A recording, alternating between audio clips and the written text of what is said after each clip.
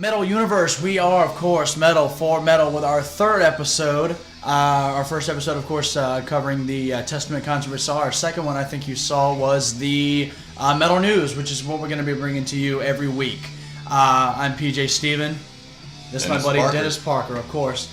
And we're here to bring you another list of heavy metal news that is going to go right through your ear holes. So, let's kick it off.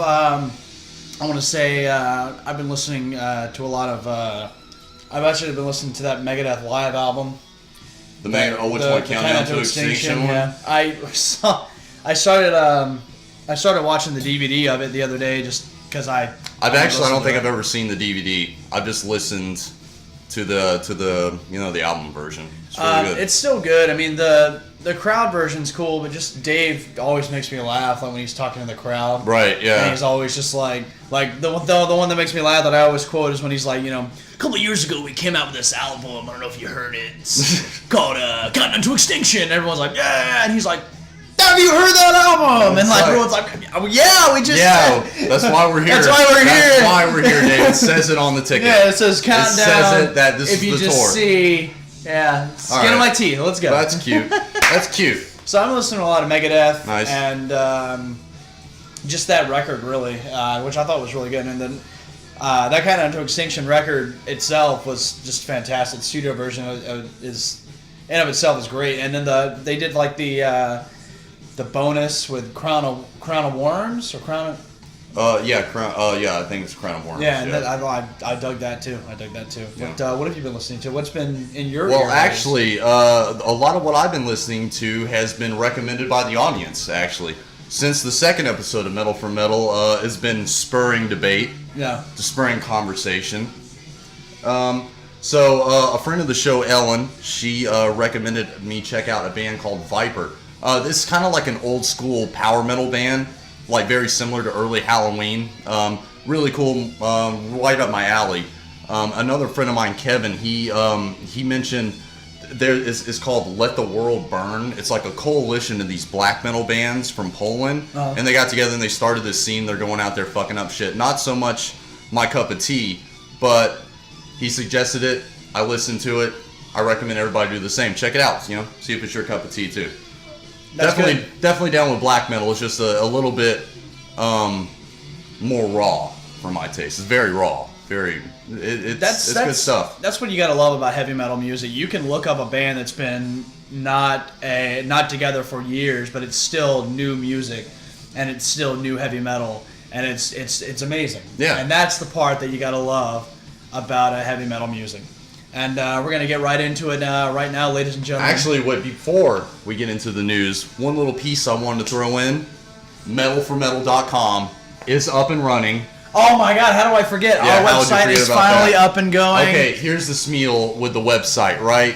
Very simple. You go on there. The last two videos we do will be embedded right onto the homepage. Got links to the YouTube site, got links to the Facebook site. It's your hub for all things Metal4Metal. So we would appreciate it if you guys would go up there and should definitely check it out. Yeah. Also check out our Patreon account if you want to be generous enough to donate $1. That's all we're asking for. Just 99 cents, $1. And if not, everything's free, no matter what. Doesn't even matter. We would love it.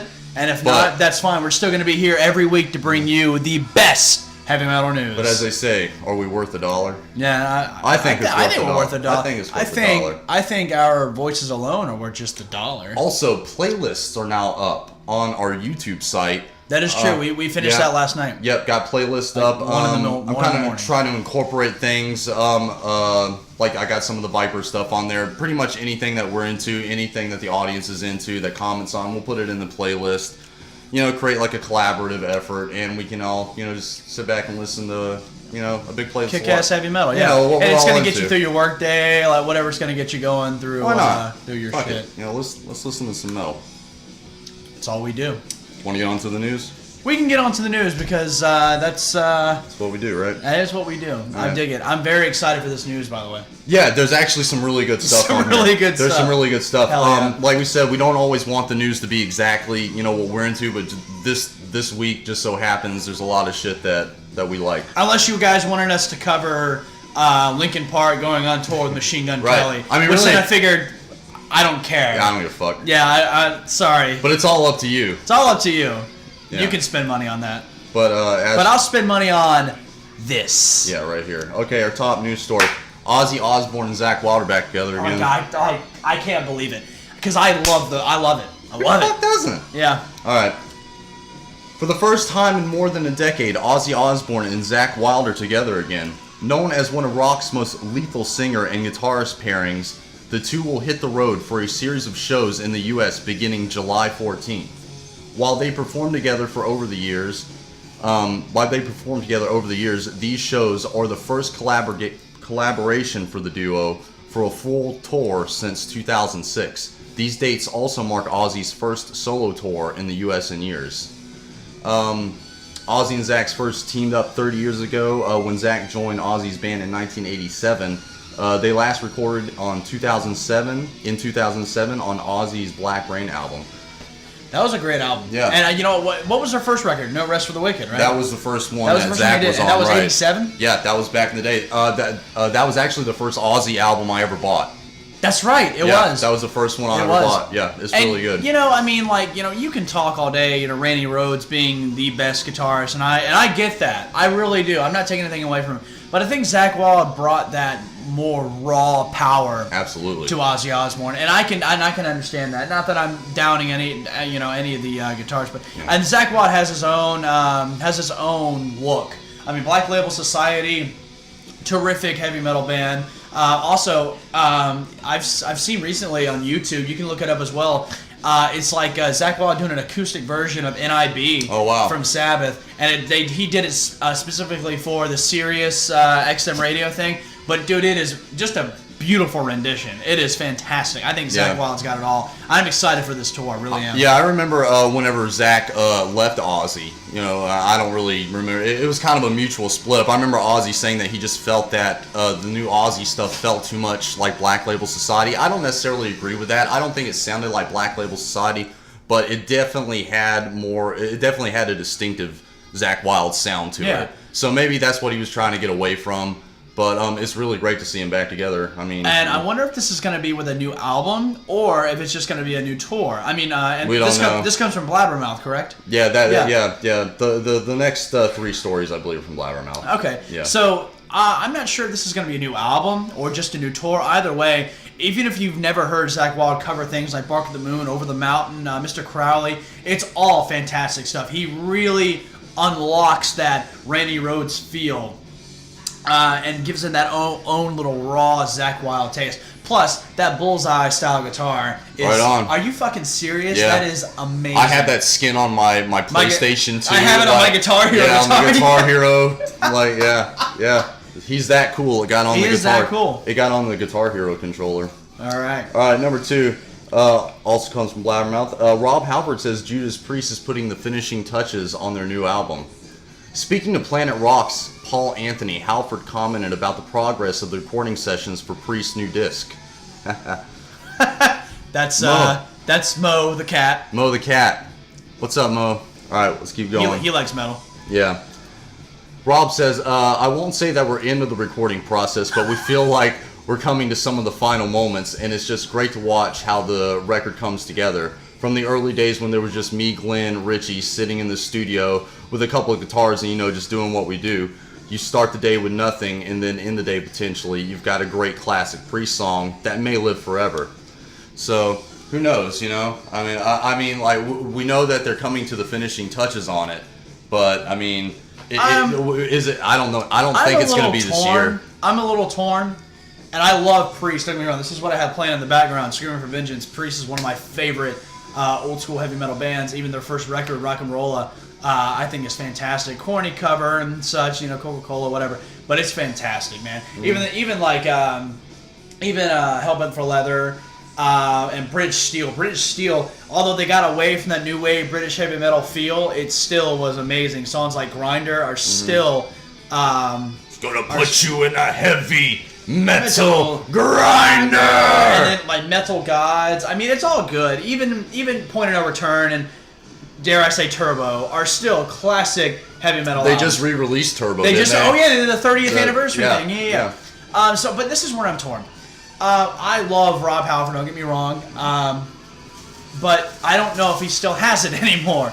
I mean, when he does Painkiller, and what you still think Painkiller is the best speed album, speed metal album. Yeah, I think it's it's kind of the definitive speed metal album. It's kind of the speed metal album that all bands, I think, even to this day, are still trying to emulate. So, do you think that Halford will be able to stay on the album?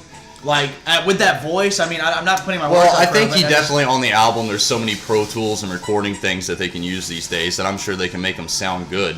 But, in terms of, like, a live performance, it's really hit or miss. This is my impression, and this is nothing against Rob Halford, by the way. Not that he'll probably ever see this. That'd be cool if he did. But, I mean, he's got to bend all the way down just to do the song Pain. I mean, It sounds a little rough these days. And it's nothing against him. He's getting an old age. And I have nothing against old heavy metal rockers. It's just, that could be why they don't play too many songs off of Painkiller live. I mean, really. I think they just do Painkiller and Touch of Evil. Yeah, usually. And Painkiller's the one where he's really got to rip it, and all the other ones, Rip it. Yeah, rip it. I saw what you did there. You saw what I did. Yeah.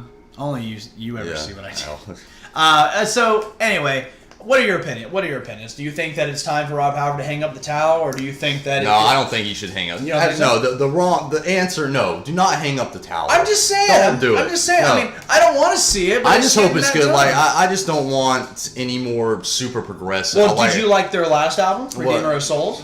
No. Exactly. Yeah. Okay. Moving on, this one is something you're going to know a lot more about than me. New Fozzy single, Judas. Yes, I'm a huge wrestling mark. I'm a huge wrestling fan. I don't know anything about this. Okay. Well, let me perk up your ears here. Do I even need to read this? About to say, like, okay. No, you finish reading. You go. It's fine. Judas, the brand new single from Fozzy, the band featuring WWE wrestling superstar Chris Jericho. Drink it in, man! Alongside members of Stuck Mojo.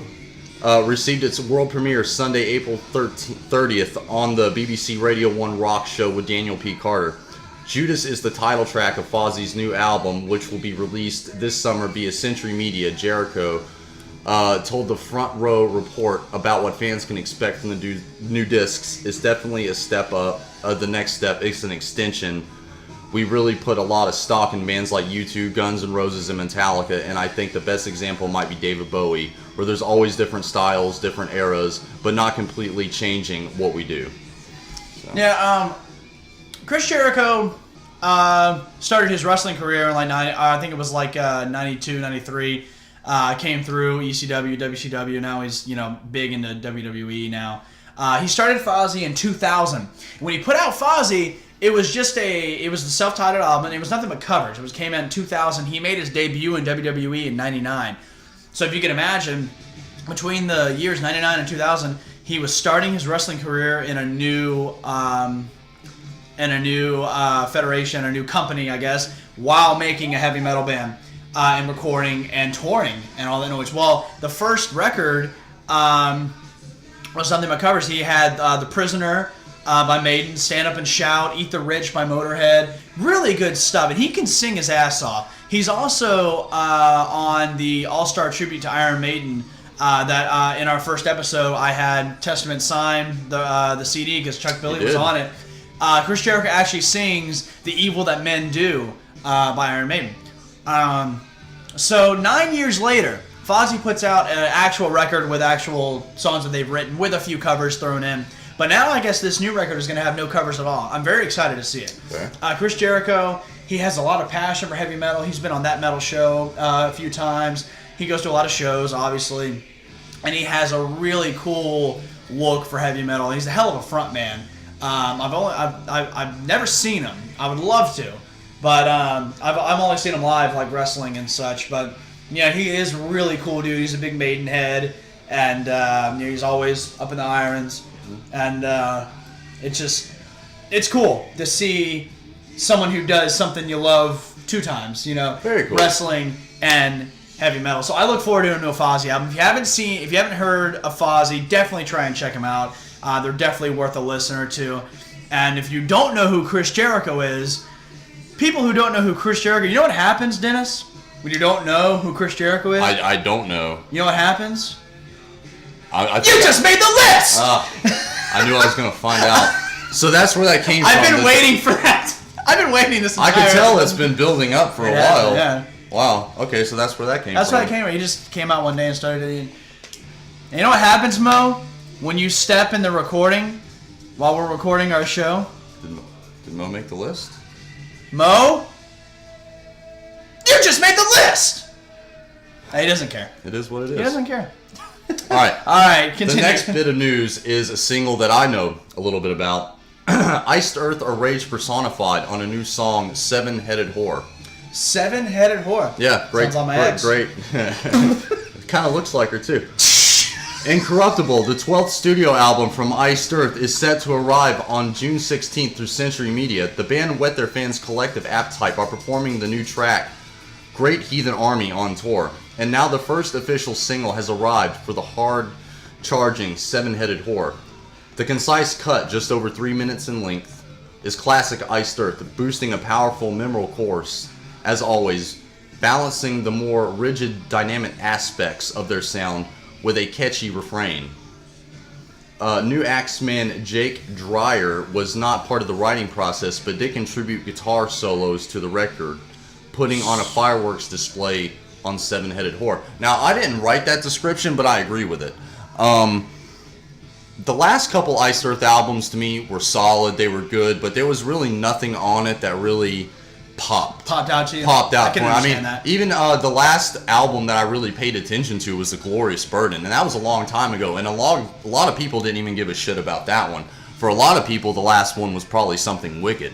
That's my favorite That's record. his favorite, That's my favorite See, record. after Something Wicked, there was Horror Show, then Glorious Burden, and then Barlow left the band. I think it was like Crucible of Man, I think, was the next one when Ripper came in. What was the one, Framing Armageddon? Framing Armageddon, I believe. Either that was the one where Barlow came back, or maybe I got them mixed up or something like that. But yeah, they trade lead singers like almost. Oh yeah, it's a revolving door. That's common knowledge with Iced Earth. That it's just a fucking. Stu Block has been in there a good while. So and I guess I like him. Yeah, I like him do. too. He's a good mesh of Barlow. Yeah, and you Ripper. and I always joke that Schaefer, when they're in the recording process, Schaefer will be like, "Can you make it a little bit more Barlow-ish?" Yeah. You know? Like, now on this part, a little bit more Ripper-ish. A little bit more Ripper. But can you throw some Barlow in there towards the end? Yeah, actually, in some parts, some parts on the new one, like for a second, I thought it was Barlow. Oh, on Plagues of Babylon, the last record. Yeah. There's some parts for a second you think he sounds like. Oh no, it's I can see you help me find my way. That song. That's kind of Barlow-ish. I listen to Plagues of Babylon, but it's not really in my heart to the point where I want to memorize the track listings and stuff like that. I only remember a couple. But I mean, it's still. I thought it was still, like you said, a solid record. Yeah. I think, in my opinion, John Schaefer needs to simplify his stuff a little bit more. Instead of, in my opinion, I think he tries a little bit too hard to be different and to be, we should have made it and all this. He's very salty that he should have made it. He is too. And I love Schaefer, don't get me wrong, but just that's what I gather from. It was some of his great records. reading those old interviews back in the day when he was just full of fire and just wanting to take on he thought that Iced Earth should be the best. And I can't necessarily disagree. Yeah, I mean, they're great, but I think he tries a little bit too hard. I think that he should go back to the basics, simplify a little bit, maybe come out with another concept album, because that seemed to work for him in the past. Yeah, which is why Something Wicked is kind of my favorite. Yeah, he's big on concept albums. With this new song though, it really popped at me. I was just like, it got me excited. The last stuff I heard on their last album, I was like, well, this is fine. I'll put it in a playlist. I'll listen to it, but it didn't really scratch any itches. Now with this. And I think there's another song that they released too. That's Raven something. Yeah, it was Raven something. It wasn't as good, but Seven-Headed Whore really popped out. So at least we know we're gonna have one. And this is the big question before we move on. Are we gonna get a North American Iced Earth tour? That would be great because I will. That's what I want. Are we gonna get a North American Iced Earth tour that comes anywhere near us? Anywhere near us. Yeah, that's the question. I'm sure that we know they're gonna play in California somewhere, but. And maybe New York. Yeah, maybe New York, but no, I don't think they're going to come anywhere to the southeast. But hopefully I'm wrong. Anyway, I mean that's we want to hear from you guys. What's your favorite Iced Earth album? Have you heard of Iced Earth? A lot of people, I'd never heard of Iced Earth for a while. They're the most popular metal band you've never heard of. Yeah, that's a good way to describe it. When he let me listen to The Dark Saga, which is fantastic. What, 91 that album came out?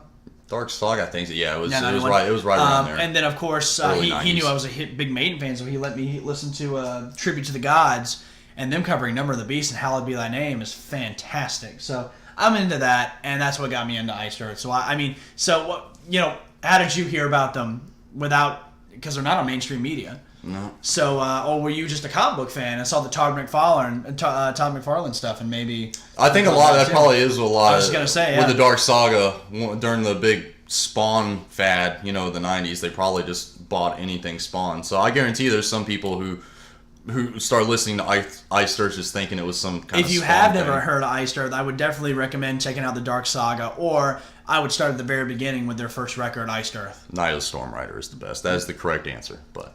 Something Wicked is better. You tell me.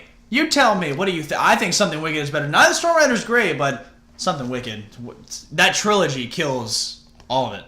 Oh shit, it does. All right, last piece of news. The one that I'm actually most excited about. Okay, he's saying. Most people might not give a shit about this, but I do.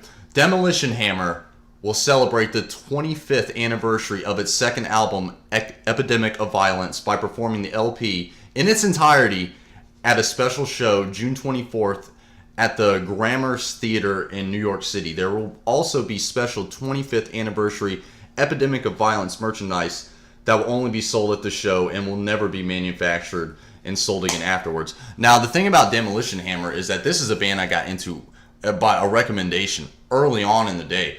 And at that time, you couldn't find any of their albums to buy. You had to go on Napster and download this shit. And Epidemic of Violence is just an awesome, solid. It's a mixture of death metal and thrash metal and speed metal. Like, it's so good. And no one's ever heard of these guys. But the last time that I think they played together was last year, and it was a show in New York, and it sold out in 3 minutes. So when these guys play together, it's a big deal. Like, there are some people do give a shit. People give a shit, but they only released 3 albums. And they were only active in the late 80s, right? Late 80s, early 90s? They were active between 86 and 94. Okay. Yeah, and they only had 3 albums, but they are fucking awesome albums, man. And definitely check it out, because now Demolition Hammer. Yeah, Demolition. Yeah, and I believe their 3 albums have been re-released through Century Media. I think there's an anthology now, so you don't have to go out and steal them anymore like I did back in the day. Now you can actually. Anyone. Lars will get. Yeah, he'll get pissed. But hey, what you gonna do when you can't buy the shit at the store? But that's it for the news. I'm very excited. Great news this week. I thought it was awesome. I think so. The delivery might have been a little off, but I think the news was fantastic. It's because we're doing it. Mm-hmm. Well, most seem to like it. That's what matters. Well, moving right along.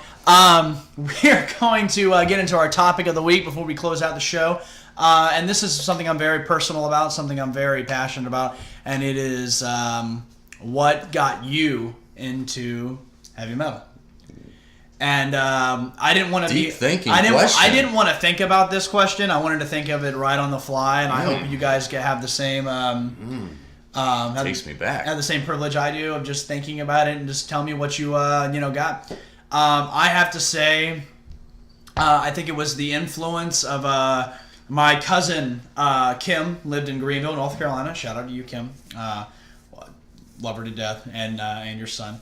Her now husband Brandon listened to things like System of a Down and Avenged Sevenfold and things like that. Mm-hmm. And I was only into what I heard. I was mostly into classic rock because of my father and my mother. And I didn't know Metallica and any of this noise. Well, he would listen to that stuff, and then so basically I just started at that, the bare minimum of System of a Down, Avenged Sevenfold, early Disturbed, early Korn, and then I just up to Metallica, Right on. Metallica, and then you see like, okay, there's a band called Megadeth. That sounds similar. I'll get that. Oh, what's an Anthrax? I'll get that. That sounds like fucking metal. And then I'll get Slayer. Oh, Slayer. Okay. And now I want to share with you the story of how I first discovered Iron Maiden, which is my favorite. I don't even think I know this story. Okay, so there was a music store in New Bern, North Carolina, where I was born. If anyone knows this, please hit a like to subscribe. It was called Turtle Music. You go in there, you pick a CD or whatever. Like, for example, I was big into Metallica at the time, so I bought Metallica Ride the Lightning. And I said, okay, so you buy the CD and you go to the like, catalog computer and you say, okay, Ride the Lightning. Right. You click on it, it tells you where it is in the store. Yeah. And then you'll see if you like that, you'll like these. Like something pops, the CDs pop up. So I typed in Ride the Lightning and I was going to go get it. I said, okay, section, blah, blah, blah. And it said, you also like this. Iron Maiden, Number of the Beast. And I was like, that album cover. I said, that album cover is sick. That is awesome. Where's that at? So I grabbed that. I grabbed my Ride the Lightning and I grabbed my Number of the Beast. I go home and I had a little boombox. I'd sit in my room and I was too lazy to buy batteries, so I would just plug it in. I couldn't move from it. So I listened to my Ride the Lightning CD and wear that out. And then finally I said, I'll listen to this Number of the Beast. And I fell in love. That first little dun dun dun dun dun dun dun, like Invaders kicks it off. When you get to I say side B, but it's because I've grown and I listen to records now. And then the side B of the record starts, Number of the Beast, Run to the Hills, Gangland, and this particular CD I had Total Eclipse, which was not on the original record, but Total Eclipse, and then Hallowed Be Thy Name, like. I wore that record out, and then I went back and I said, I want everything from these guys, like Iron Maiden, what do you got? And then when he gave me the first two records, I realized it's a new lead singer, and I did my research and all this, but at that time, they had just put out Dance of Death, I think. Oh, so that's... And so I was like, okay, do these guys still tour or whatever? Like, is there a new record I can grab? And yeah, it's called Dance of Death. And I was like, okay. Because the album cover, if you've never seen Dance of Death album cover, it's really lame. It's pretty lame. I was there on day one when that came out, yeah, you were, yeah. I took that home, listened to it. I still loved it. I still bought Matter of Life and Death, All That Noise. And that's pretty much, and then I just kind of expanded out of that. And that's pretty much my spiel and how heavy metal made me, who I am today. I guess for me, heavy metal was actually like a calling, I think, to me, because in the early days, my parents put up a valiant effort to try and get me into country music. That's just kind of what they listened to.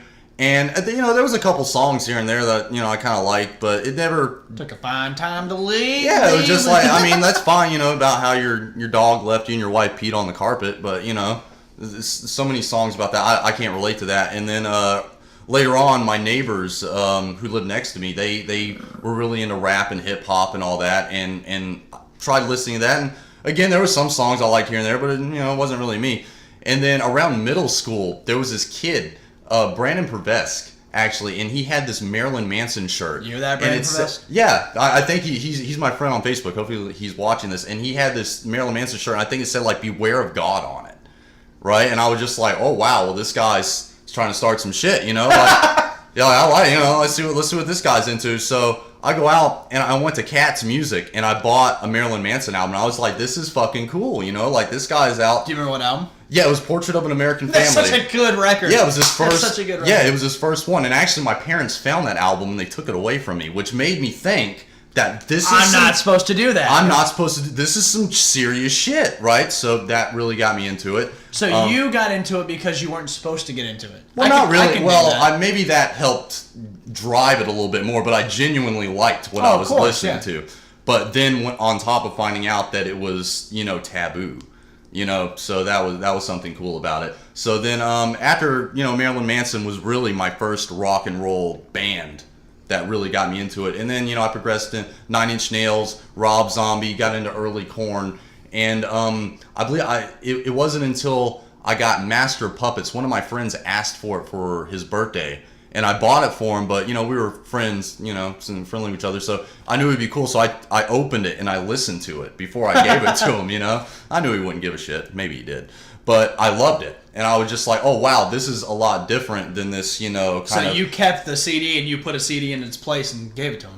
Oh yeah, I just gave him a blank CD eventually later on. Yeah, and that's why he doesn't talk to me anymore to this day. But no, so that opened up the kind of thrash metal scene. I was like, okay, so I got into metal with Marilyn Manson, but then it wasn't really until I heard Master of Puppets that it was just like, oh, this is the direction that I need to go in. That's awesome. Yeah, and that's and then since then, I think that's a lot of people, man. Yeah, with a lot of they start off with you talk the shit about Metallica all you want, man, but a lot of when people, that's where they start. Yeah, man. that's a lot. I mean, I can understand after you've been listening to Metallica for 20 years, you'd be like, oh, well, it's not that special. But, it's something special to somebody who's never heard it before. Definitely. And after that, it was just basically me just going on message boards and talking to people like that. And then that's when I would find about In Flames and, everything else, basically. Just I got from the internet, basically. Just kind of picking and choosing, downloading from Napster back in the day. As much as I love to hear your story, Dennis, I can't wait to hear your story. Please like, comment, subscribe, comment those stories. How heavy metal might have saved you, or how you think, how you got into heavy metal. It definitely saved my life. Yeah. No, not really. But I like it. Did this just become personal? Yeah, definitely tell us your stories. We really want to hear, and we really want to connect with our audience, and which is you, and so we'd love to hear your guys' stories. This is PJ Steven, Dennis Parker, definitely signing off from Metal4Metal. Don't forget, check out our Patreon account if you do. Pledge $1 if you'd like. If not, that's fine. We'll be here. I don't give a fuck. We're gonna do it for free. Yeah, no we're gonna matter do it what. for free anyway. We're gonna give it to you next week. Again, the news. We also got a couple other shows in the workings. Metal Hammered. We got some reviews for some late albums coming up, past albums that might be coming up. We'll do some different shows, but we will a lot of ideas floating around, but we would definitely be giving you the news. So thank you guys very much. Don't forget, like, comment, subscribe, and again, this has been Metal4Metal. Thank you guys.